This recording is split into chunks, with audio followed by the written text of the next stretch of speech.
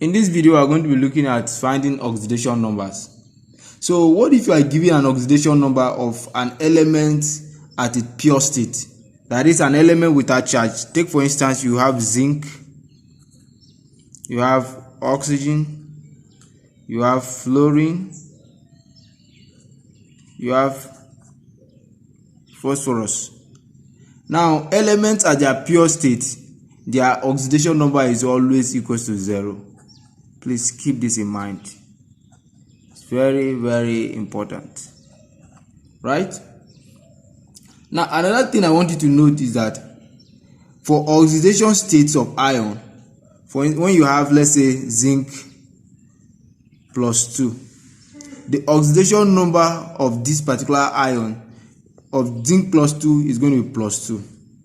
Of Fe plus 3 is going to be plus 3. Right?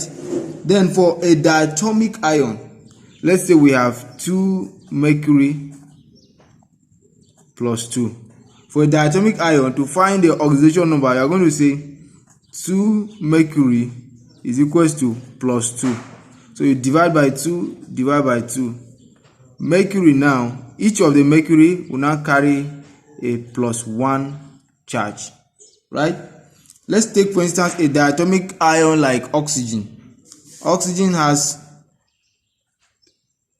right, it's going to be minus 2, sorry, it's going to be, yes, you put minus 2, but you rearrange it please. You put 2 oxygen, because we have 2 oxygen here, is equals to minus 2, divide by 2, divide by 2.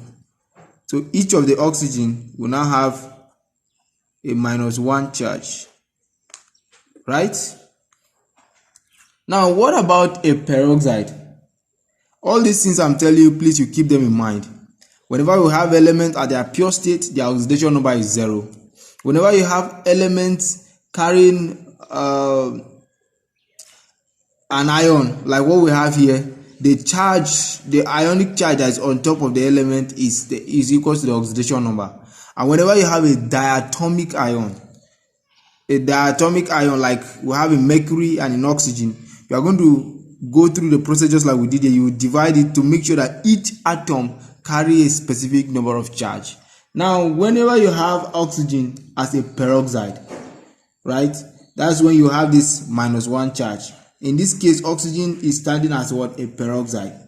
Now, whenever you have a superoxide, right, for superoxide, you're going to have oxygen, right, it's going to have minus 1.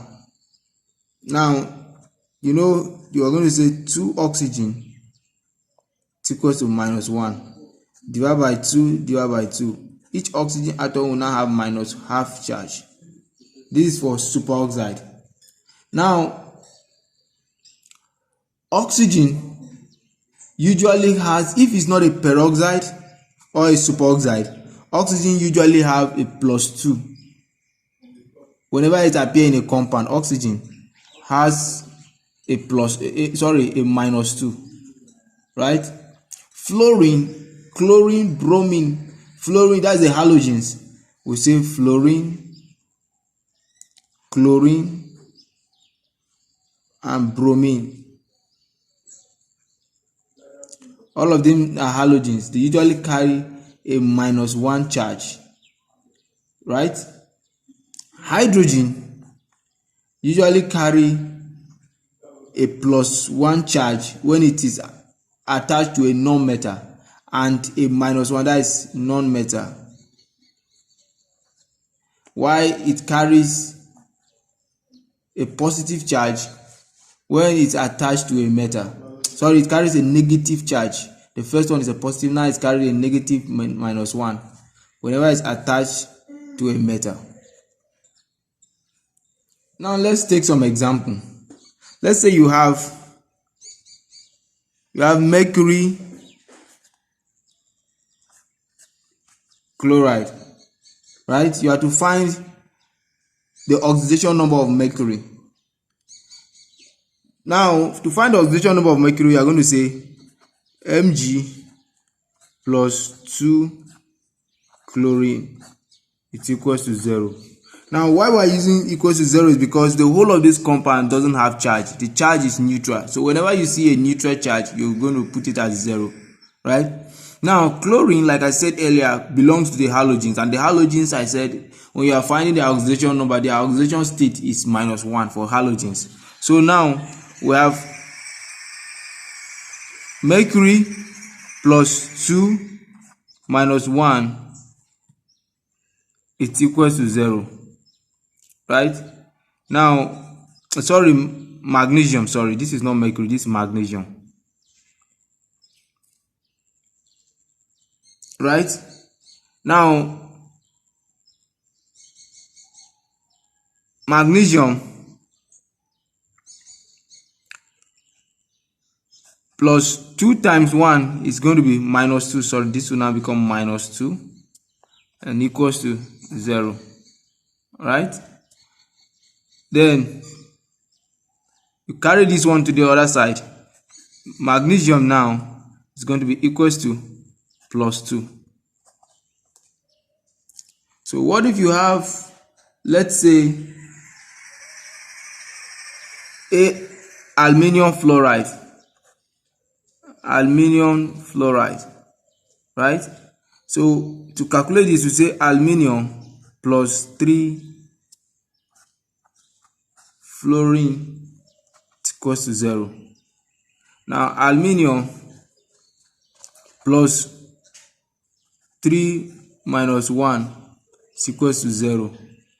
Aluminium minus 3 is equals to 0. When you carry it to this other side, it becomes a positive. So aluminium is equals to +3. This is the oxidation number of aluminium. There's something I want us to remember here, please. You see, I put 2 here, which means this is a fluorine. This is not supposed to be 2. This is an E, which means it's an ion, please. Fluorine, we already say fluorine has a -1, which is among the halogens. It has a -1 oxidation state. This is supposed to be an E for ion. Let's take another example. If we have vanadium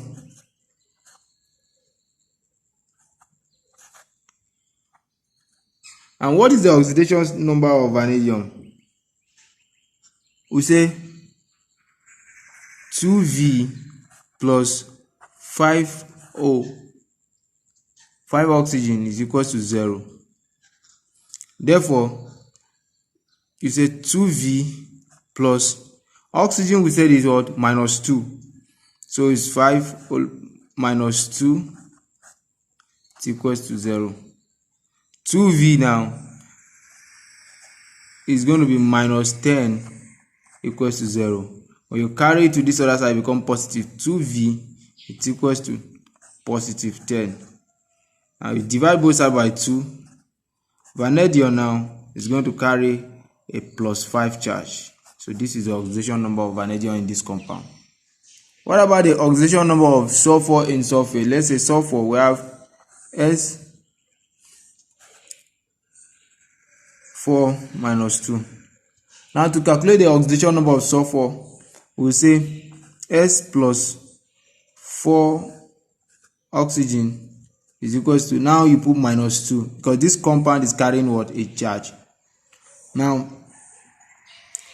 sulfur plus oxygen, we know it's -2, right? -2. Now sulfur plus, this is going to be -8, sorry, -8, it equals to -2. Now sulfur is going to, when you carry this -8 to this side, it becomes positive. So it's going to be equals to -2 +8.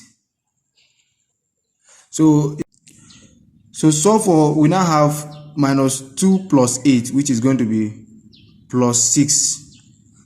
So this is the oxidation number of sulfur in this compound.